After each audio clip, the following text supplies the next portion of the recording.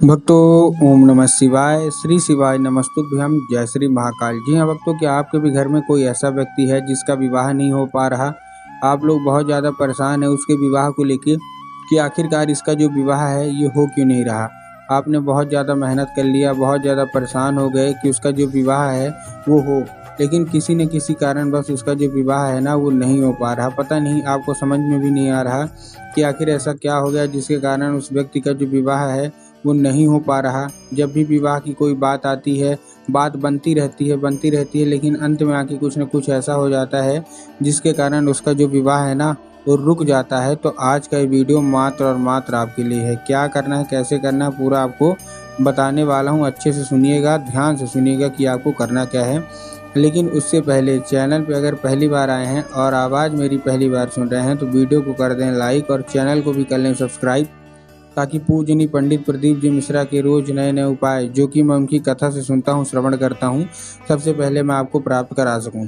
देखिए, गुरुदेव की जो कथा होती है ना उसमें बहुत सारे लोगों को प्रैक्टिकल मिलता है, बहुत सारे लोगों को साक्षात मतलब उनको फल मिलता है। अब देखिए, अभी 5-7 महीना पहले की बात है, गुरुदेव की कथा चल रही थी और गुरुदेव की कथा में लाखों की भीड़ आई।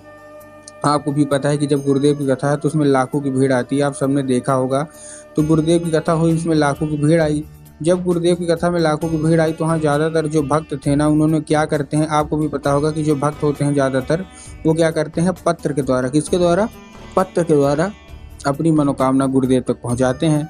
तो जब गुरुदेव की कथा में लोग आए, बहुत सारे भक्त आए, तो उन्होंने क्या किया, पत्र के द्वारा अपनी मनोकामना गुरुदेव तक पहुंचाई।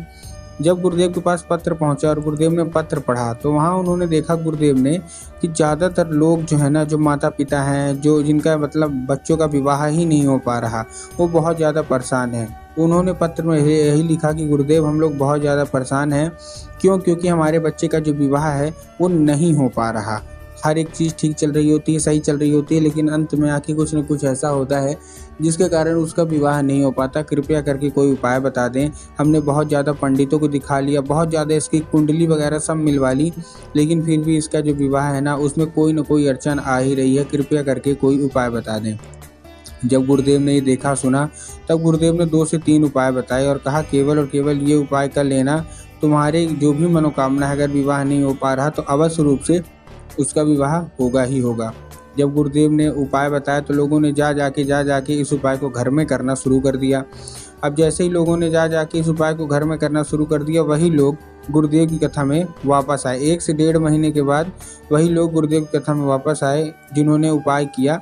और जब वो गुरुदेव की कथा में वापस आए तो उन्होंने एक बार फिर से गुरुदेव को पत्र लिखा, लेकिन इस बार का जो पत्र था ये आप जान के हैरान हो जाओगे कि इस बार का जो पत्र था ना ये गुरुदेव को धन्यवाद के रूप में पत्र था कि गुरुदेव धन्य हो आपका, आपके द्वारा बताया गया उपाय हमने कर लिया है। हमारी सारी की सारी जो इच्छा थी ना, सारी की सारी जो मनोकामना थी वो पूरी हो गई है। हमारे बच्चे का जिसका विवाह का योग नहीं बन रहा था ना, उसके विवाह का योग अब बन रहा है और हम आपको आमंत्रण देने आए हैं। उसका विवाह पक्का हो गया इन 1.5 महीनों के अंदर। आपका कोटि कोटि धन्यवाद।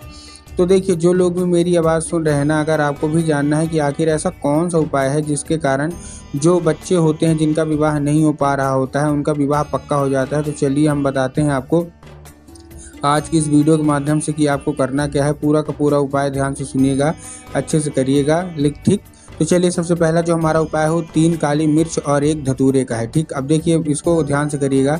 आपको करना क्या है, 3 काली मिर्च लेना है और 1 धतूरा लेना है। अब काली मिर्च और काली तिल में देखिए बहुत सारे लोग कंफ्यूज होते हैं कि काली मिर्च क्या होता है, काली तिल क्या होता है। हमको थोड़ा साफ साफ बताओ, हमको लेना क्या है। तब गुरुदेव ने साफ साफ बताया कि आपको क्या लेना है, आपको लेना है काली मिर्च, साथ में 1 धतूरा, ठीक। ले लिया। धतूरा लेने के साथ साथ आपको और क्या लेना है, जैसे आपने धतूरा लिया, धतूरा लेने के साथ आपको वो उस व्यक्ति को लेके पहुंच जाना है सीधे सीधे शिव मंदिर। शिव मंदिर पहुंच गए।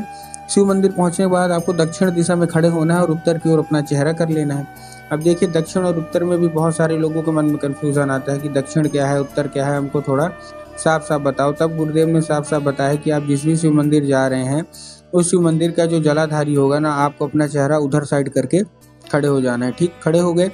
खड़े होने के बाद आपको एक नाम लेगी, कौन सा, महादेव का बहुत ही सुंदर सा नाम है, श्रम्भेश्वर महादेव। तो बस आपको करना क्या है, आपको श्रम्भेश्वर महादेव का नाम लेके उन्हीं का स्मरण करके आपको चुपचाप क्या कर देना है, आपको अर्पित कर देना है। बस पूज्य गुरुदेव कहते हैं कि अगर श्रम्भेश्वर महादेव आपसे प्रसन्न हो गए ना, तो अवश्य रूप से आपकी जो भी इच्छा है, जो भी मनोकामना है, वो पूरी होनी ही होनी है। ठीक, तो बस श्रम्भेश्वर महादेव का ये उपाय कर लेना है।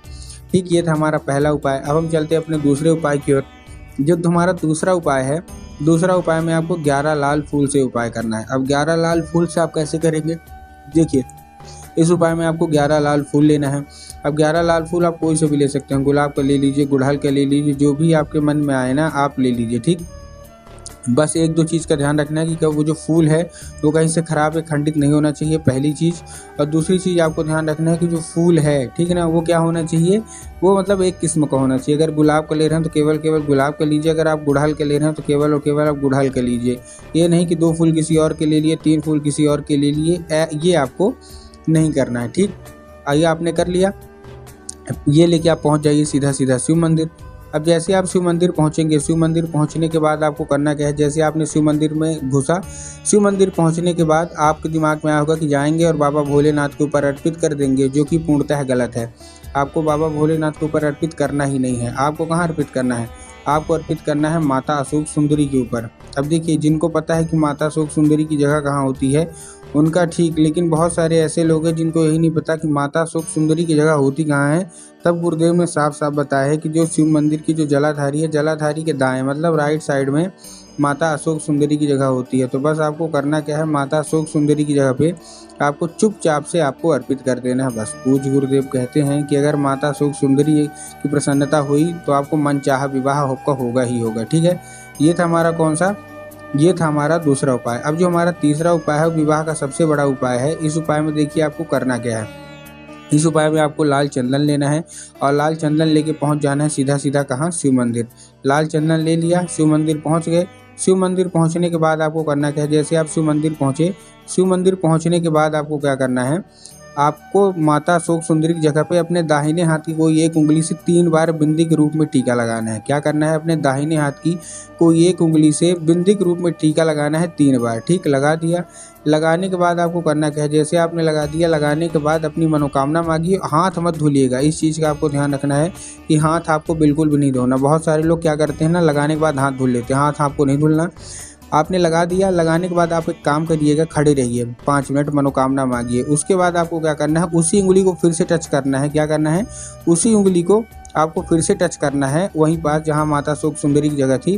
और टच करने के बाद आपको क्या करना है, टच करने के बाद आपको वो उंगली औषधि के रूप में मांग के लेके घर आ जाना है। जैसे आप घर आ गए, घर आने के बाद आपको करना क्या है, जैसे आप घर आए, घर आने के बाद जहाँ आप लोग सोते हो, जिधर साइड सर करके सोते हो ना, उधर साइड की जो दीवार होगी, जिधर साइड सर करके सोते हो उधर साइड की जो दीवार होगी, उसी दीवार में आपको क्या करना है, यही 3 बिंदी आपको फिर से लगा देना है। पूज्य गुरुदेव कहते हैं कि उस बिंदी के जरिए स्वयं माता अशोक सुंदरी आपके घर में प्रवेश कर जाएंगी और आपका मनचाहा विवाह होगा ही होगा।